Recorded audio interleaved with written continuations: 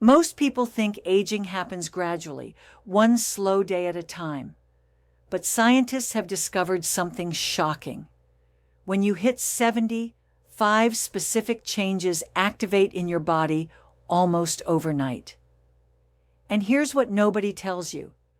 If you notice these changes happening, you're actually aging well. Most people miss every single one until it's too late. My grandmother used to say she felt the same at 75 as she did at 50. She wasn't lying. She genuinely believed it. Then one Tuesday morning, she couldn't get out of her chair without using her arms. 3 weeks later, she moved into assisted living. What happened? She missed the signs her body had been sending for months, signs that could have changed everything if she'd recognized them early. These 5 changes don't announce themselves with pain or dramatic symptoms. They arrive quietly, reshaping how your body works from the inside out. And the people who age successfully, the ones still hiking at 80 and living independently at 90, they're not genetically superior. They simply noticed these shifts early and adapted. The first change happens while you sleep, except you won't remember it. Your sleep patterns undergo a complete restructuring around age 70. Not the kind where you just wake up earlier or need less rest. Your brain fundamentally rewrites how sleep works for you. Deep sleep, that critical phase where your body repairs tissue and consolidates memories, drops dramatically. By 70, most people produce 40 to 50% less deep sleep than they did at 50. Your brain starts treating sleep like a luxury item it can't quite afford anymore. But here's what matters. People who age well notice they're waking up more frequently. Instead of panicking about insomnia, they adjust their entire approach. They stop trying to force 8 consecutive hours and embrace a different rhythm. Some sleep 4 hours, wake for an hour of quiet reading, then sleep another 3. This pattern, called biphasic sleep, was actually normal throughout most of human history. Your body's internal clock shifts forward by 2 to 3 hours around 70. Suddenly wanting dinner at 4:30 isn't random. It's your circadian rhythm recalibrating. People aging successfully work with this shift instead of fighting it. They go to bed when tired, even if it's 7 in the evening, and use those early morning hours productively. Temperature regulation breaks down next, and this one catches everyone off guard. Your hypothalamus, the brain region controlling temperature, loses about 20% of its specialized neurons by 70. Suddenly you're freezing when everyone else is comfortable, or you're overheating on mildly warm days that never bothered you before. Your sweat glands decrease in number and efficiency by roughly 40%. That's your body's air conditioning system running at half capacity. Meanwhile, the fat layer under your skin that acts as insulation thins by 30%, leaving you vulnerable to cold in ways you've never experienced. What separates successful aging from struggle? Recognition and response. People who notice they're getting cold more easily don't just complain. They layer clothing strategically. They keep their homes between 68 and 74 degrees year-round. They install thermometers in multiple rooms because they've learned their internal sensors aren't reliable anymore. They set water reminders on their phones because they've noticed something crucial. They don't feel thirsty even when dehydrated. Your body stops sending clear thirst signals around 70, which is why dehydration becomes a serious risk. People aging well don't wait to feel thirsty. They drink on schedule. The third change affects something you do without thinking dozens of times every day: digestion. Around 70, your entire digestive tract enters what gastroenterologists call permanent slowdown mode. Your esophagus loses up to half its muscle coordination. Swallowing becomes something you have to think about instead of an automatic reflex. That sensation of food getting stuck isn't your imagination. It's real. Your stomach produces 30% less acid. Sounds good if you've dealt with heartburn, right? Wrong.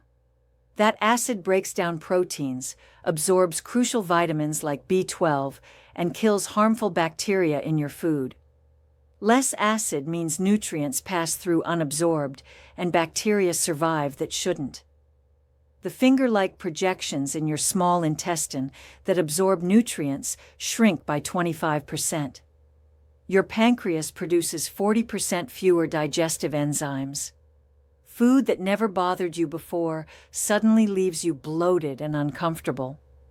People who age successfully notice their digestion changing and make immediate adjustments.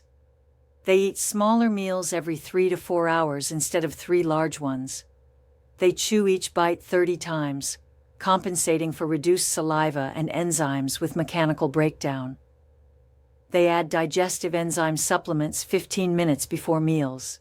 They embrace fermented foods like yogurt and sauerkraut daily, maintaining gut bacteria diversity in an increasingly hostile environment. They adjust their fiber intake carefully, increasing soluble fiber from oatmeal and bananas while reducing raw vegetables their weakened system struggles to process. But these 3 changes, as significant as they are, pale in comparison to what's happening to your balance and muscle mass. Those final 2 changes determine whether you'll walk independently at 80 or need assistance with basic tasks. The 4th biological shift strikes your balance system, and unlike the previous changes, this one determines whether you'll navigate your home confidently at 80 or live in constant fear of falling. 3 separate systems fail simultaneously around 70, creating what researchers describe as a perfect storm of instability. Your inner ear houses tiny calcium crystals floating in fluid-filled canals. These detect head position and movement. By 70, 40% of the sensory cells in this system have died. Your brain receives garbled signals about where your body exists in space. Standing up feels different. Turning your head creates momentary disorientation you've never experienced before. The sensors embedded in your muscles and joints, called proprioceptors, tell your brain where your limbs are without looking. Their sensitivity drops by half. This explains why you suddenly misjudge that step you've climbed 1,000 times, or why reaching for something familiar feels uncertain. Your body's internal GPS is degrading. Vision contributes more to balance than most people realize. After 70, contrast sensitivity decreases 60%, depth perception weakens 40%, edges blur, distances become harder to judge. Low-light situations turn dangerous because you can't distinguish obstacles clearly anymore. Here's where it gets worse. Even when these 3 systems manage to detect a problem, your brain's processing speed for balance information slows 70%. You sense you're falling, but your body can't react fast enough to prevent it. The delay between detection and correction becomes your enemy. Your ankles represent the first defense against small balance disruptions. Those small muscles surrounding your ankle joints lose 40% of their strength. Ankle flexibility decreases 50%. Your body compensates by relying on hip movements and stepping strategies that are less efficient and more likely to fail completely. Fear compounds everything. Studies show that anxiety about falling increases your actual fall risk by 30%. Muscle tension from worry prevents the fluid, automatic movements good balance requires. You become cautious, which ironically makes you less stable. Blood pressure regulation affects balance too. Orthostatic hypotension, that lightheaded sensation when standing up, affects 30% of people over 70. Those moments create extreme vulnerability. You're upright, but your brain isn't getting adequate blood flow, and that's when falls happen. People who maintain better balance don't have superior genetics. They train deliberately. Standing on one foot while turning your head challenges your vestibular system. Closing your eyes while standing forces your proprioceptors to work harder. Reaching exercises in multiple directions improve visual spatial integration. Dual task training produces remarkable results.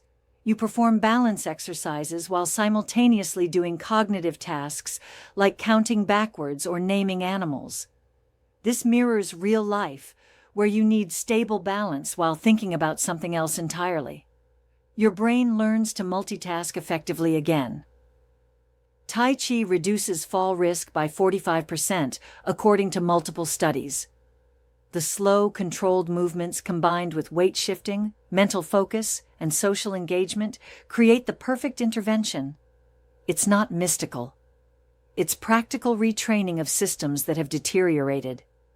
Environmental modifications become mandatory, not optional. Throw rugs disappear completely. Grab bars appear not just in bathrooms, but along hallways. Lighting improves dramatically, especially on stairs and in transitional spaces between rooms. Clear pathways free of obstacles become the standard throughout your home. Footwear transforms from fashion choice to medical equipment. You need firm, non-slip soles. Heels stay under 1 inch. Secure fastening prevents slipping. Many podiatrists recommend supportive shoes even indoors because your bare feet lack the stability they once provided. Activity timing matters enormously. Your balance peaks in late morning after you've been moving for a few hours, but before afternoon fatigue arrives. Schedule challenging activities during this window. Avoid risky movements early morning when you're still stiff, or evening when you're tired. Balance deterioration isn't negotiable. It happens to everyone. But the degree of deterioration and your response to it determines whether you remain independent or become dependent on others for basic mobility. Now the final change, the one that controls everything else you've just learned about. At exactly 75, your body triggers what scientists call sarcopenia overdrive. You lose muscle mass at 3 to 5% annually. By 80, 25% of your remaining muscle has vanished. This isn't about appearance. This determines whether you can rise from a chair unassisted, climb stairs independently, or maintain the strength necessary for daily living. Your body begins consuming its own muscle for fuel, even when you're eating enough calories. The mechanism behind this seems almost cruel, and understanding why it happens reveals something fundamental about how aging actually works at the cellular level. Researchers at the National Institute on Aging found something disturbing. After 75, your muscles stop responding to the very signals that built them in the first place. Anabolic resistance means protein and exercise, the tools that worked your entire life, suddenly become far less effective. Your satellite cells plummet by 70%. These stem cells repair damaged muscle tissue. Without them, everyday activities create micro-damage that never heals. The losses accumulate silently, day after day, until you notice weakness where strength used to be. Type 2 muscle fibers vanish at double the rate of type 1. These fast twitch fibers generate power for quick movements. Catching yourself during a stumble, rising quickly from a chair, opening a stubborn jar. All these depend on type 2 fibers that disappear faster than any other muscle component. Motor units die off permanently. Each motor unit represents one nerve controlling dozens of muscle fibers. When the nerve dies, those fibers stop working forever. Your body creates no replacements. The connection simply ends. Hormones collapse simultaneously. Testosterone in men drops to nearly undetectable levels. Growth hormone production falls 80%. IGF-1, essential for muscle building, becomes so depleted, your muscles can't receive growth signals even when you exercise correctly. Inflammation markers spike 300%. Interleukin-6 and tumor necrosis factor create a catabolic environment where breakdown constantly exceeds building, regardless of nutrition or activity. Your body exists in perpetual destruction mode. Mitochondria, the cellular powerhouses producing energy, decrease 50% in number and 30% in efficiency. Your muscles operate with 65% less available energy. That crushing exhaustion after minimal effort isn't weakness of will. It's mathematical reality. Protein synthesis slows 60%. You need 1.5 grams of protein per kilogram of body weight daily just to maintain muscle, nearly double the requirement for younger adults. Building new muscle becomes exponentially harder. 10 days of bed rest after 75 causes muscle loss equivalent to 2 years of normal aging. Recovery becomes nearly impossible due to anabolic resistance. A simple illness requiring bed rest can permanently reduce your functional capacity. Fighting this decline requires precision. Protein timing becomes critical. 25 to 30 grams of high-quality protein at each meal triggers muscle protein synthesis. Spreading intake throughout the day works better than concentrating it at dinner. Leucine emerges as your primary weapon. This amino acid specifically triggers muscle protein synthesis. You need 3 grams per meal to overcome anabolic resistance. Eggs, chicken, and dairy provide concentrated sources. Vitamin D deficiency affects 75% of people over 75 and directly causes muscle weakness. Supplementation improves muscle function up to 20%. This isn't optional anymore. Exercise timing matters enormously. Morning workouts, when cortisol runs naturally higher and anabolic resistance sits lowest, produce better results than afternoon or evening training. Recovery periods must extend. 72 hours between training the same muscle groups compared to 48 hours for younger adults. Your reduced satellite cells and slower protein synthesis need extra time. You must eat like an athlete even when you feel anything but. Protein immediately after waking when muscles have fasted overnight. A protein-rich snack before bed, preventing overnight muscle breakdown. Never going more than 4 hours without protein during waking hours. Understanding this process happens to everyone removes shame and frustration. This isn't about being lazy or weak. This is biology. A process nature programmed into every human reaching 75. The key difference between people who maintain independence and those who lose it isn't genetics. It's response. Those who understand these 5 changes adapt their entire approach to aging. Sleep architecture changes demand new schedules embracing natural rhythms rather than fighting them. Temperature regulation failures require environmental controls and constant awareness. Digestive slowdown needs smaller, frequent meals with strategic supplementation. Balance deterioration responds to deliberate training, challenging all 3 systems simultaneously. Muscle loss requires aggressive protein intake, strategic exercise timing, and patience with extended recovery. These aren't possibilities. They're certainties awaiting everyone who reaches 75. But certainty doesn't mean helplessness. Knowledge transforms terrifying surprises into manageable challenges. Your body at 75 operates under completely different rules than it did at 65. The sooner you accept this reality and adjust accordingly, the better your outcome. Fighting against these changes wastes energy. Working with them preserves independence. Every strategy mentioned here comes from research on people who maintained function despite these biological shifts. They didn't avoid the changes. Nobody does. They adapted to them intelligently. The difference between thriving and merely surviving after 75 comes down to one thing: accepting that your body has fundamentally changed and adjusting every aspect of your daily routine to match its new requirements. That's not giving up. That's strategic adaptation to biological reality. These 5 biological shifts arrive whether you're ready or not. Sleep architecture rewrites itself. Temperature regulation fails. Digestion slows permanently. Balance deteriorates across 3 separate systems. Muscle mass enters catastrophic decline. No amount of clean living or good intentions stops what happens at 75. But here's what separates the people still hiking at 85 from those who lost independence years earlier. Recognition. The ones who thrive don't possess better genes or secret supplements.